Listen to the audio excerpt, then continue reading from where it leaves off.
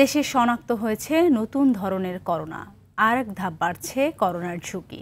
এমন অবস্থায় দক্ষিণ এশিয়ার বিভিন্ন দেশে করোনা সংক্রমণ বাড়তে থাকায় বাংলাদেশে বাড়তি সতর্কতা জোরদার করা হয়েছে।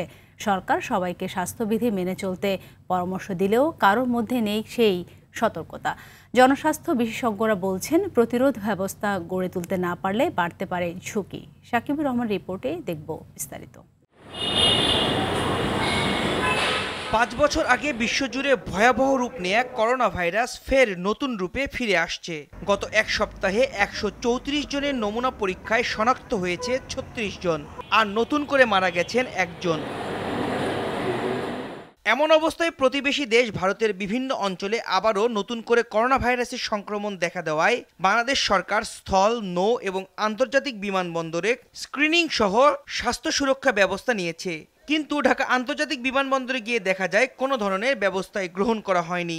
না, কিছুই হয়নি, জাস্ট অ্যাজ ইউজুয়াল আগে যখন যেভাবে আসতাম সেম সবকিছু ঠিক আগের মতোই আছে, কোনো পরিবর্তন নেই বা করোনা ভাইরাস নিয়ে কোনো মেনশন হয়নি। না, আমি কোনো সতর্কতা দেখি নাই। কি মনে হয়, সতর্কতা কি নেওয়া উচিত? জি, সতর্কতা নেওয়া উচিত 100%। ঈদে ফিরতি যাত্রায় সবাইকে মাস্ক ব্যবহারের অনুরোধ জানায় রেল কর্তৃপক্ষ, কিন্তু রেল স্টেশনে সাধারণ মানুষের মধ্যে নেই কোনো সচেতনতা। এটা আসলে এখন থেকে শুরুতেই সচেতন হওয়া দরকার। হ্যাঁ, শুরুতে যদি সবাই মাস্ক পরে কিছুটা সেফ থাকা যাবে আর কি। জি, আমি খেয়াল করি করি না, আনি নাই, আমি আনবো না, এটা জানি না। পরিস্থিতি তো খুবই খারাপ।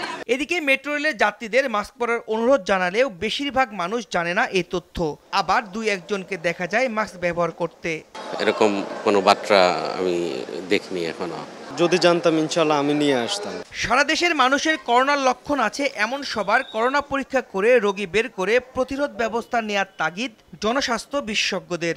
কোভিডে এবারে কত লোক আক্রান্ত হচ্ছে, এর উপর ভিত্তি করে আমাদের প্রতিরোধমূলক ব্যবস্থাগুলো নিতে হবে। স্বাস্থ্য বিভাগের প্রস্তুতি লাগবে। আমরা তাপমাত্রা দেখলাম বা তার লক্ষণ কোনো কিছু আছে কিনা দেখলাম, এটি তো যথেষ্ট নয়। তাহলে এখানে নমুনা সংগ্রহ করতে হবে এবং সেই নমুনা কোভিডের জন্য পরীক্ষা করতে হবে। বিমান, মেট্রো, ট্রেনে সতর্কতা জারি সহ দেশের সব বন্দরে নজরদারি বাড়ানোর যে তাগিদ দেয়া হয়েছে তা যথাযথ পালনে কঠোর হওয়ার পরামর্শ বিশেষজ্ঞ চিকিৎসকদের।